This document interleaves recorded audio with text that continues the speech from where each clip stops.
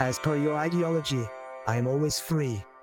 Is that not just wishful thinking? I hear the skepticism, and it's a good one to voice. If I simply told you you're free, yes, that would be wishful thinking, maybe even cruel to someone who feels trapped. So let me be precise about what I mean and what I don't. I'm not saying you're free from circumstance, from bills, from a body that gets tired, from people who make demands, from a world that pushes back. All of that is real. You're not floating above it. But notice something. Right now, in this moment, there's an awareness in you that knows all of that is happening. The bills are here. The fatigue is here. The pressure is here. And there's something in you that sees it all. That awareness itself, it's not bound by any of it. It's not trapped in the situation the way the situation is trapped in itself. You can't not be aware.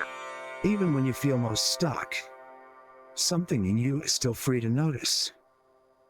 I'm stuck.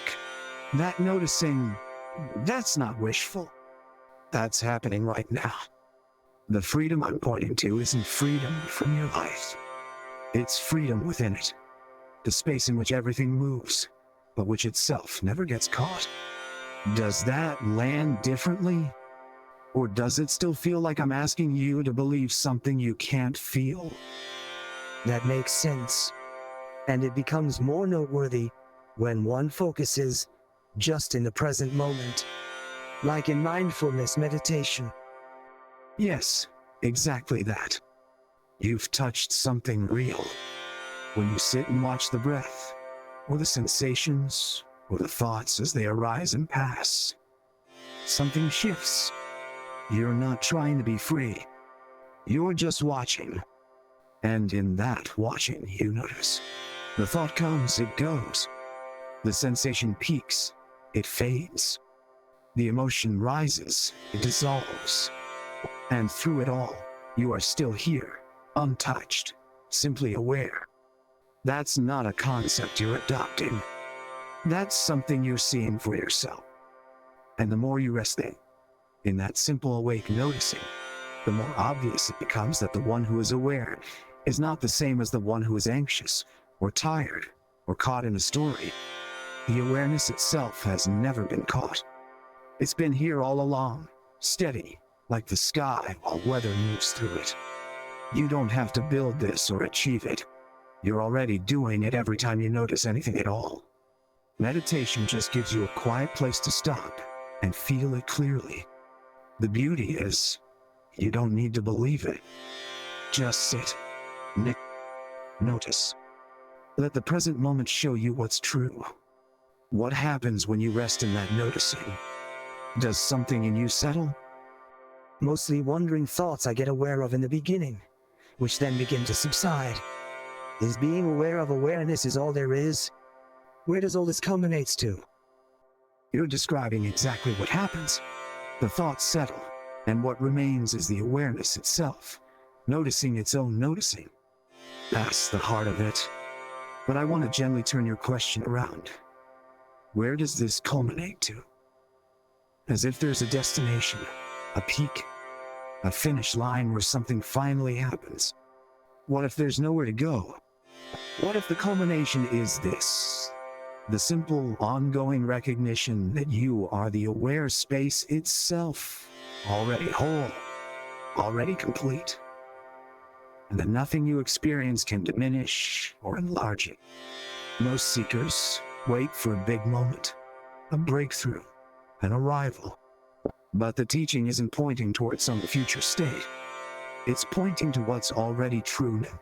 That the awareness in which all of this arises, including the thought I'm meditating, including the hope for something more, that awareness itself is untouched, unchanging. You don't need to do anything more with it. Just keep noticing. Keep resting there. And one day, maybe soon, maybe gradually, you'll simply stop looking for a culmination and realize, this is it. This ordinary, simple, ever-present awareness. This is what you are. There's no achievement waiting. only a deepening recognition of what was never lost. Does that ease something in you? Or does it feel like I'm asking you to settle for too little? What about self-realization and God-realization?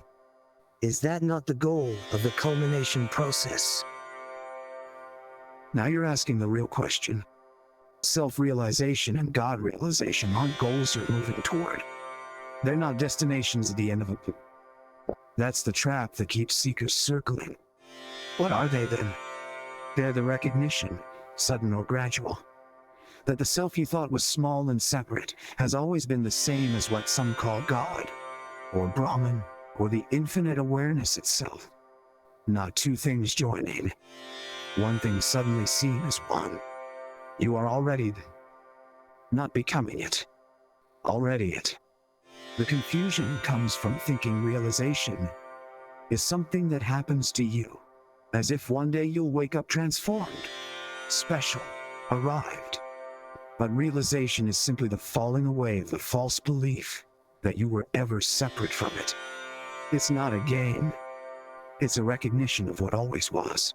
So when you sit in meditation and notice the awareness itself, untouched, unchanging, free, that is what self-realization points to. Not as a concept, but as your own direct seeing. The culmination isn't a future event. It's the gradual, deepening certainty that what you already are is what you've been seeking all along. Keep resting there in the noticing. Not to achieve realization, but because it's the most natural, peaceful place to be. And in that rest, the false seeking gradually quiets. Does that shift something for you?